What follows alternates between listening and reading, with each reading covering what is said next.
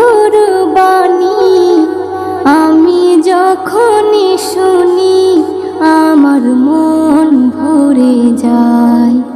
কোরআন মধুর বাণী আমি যখনই শুনি আমার মন ভরে যায়।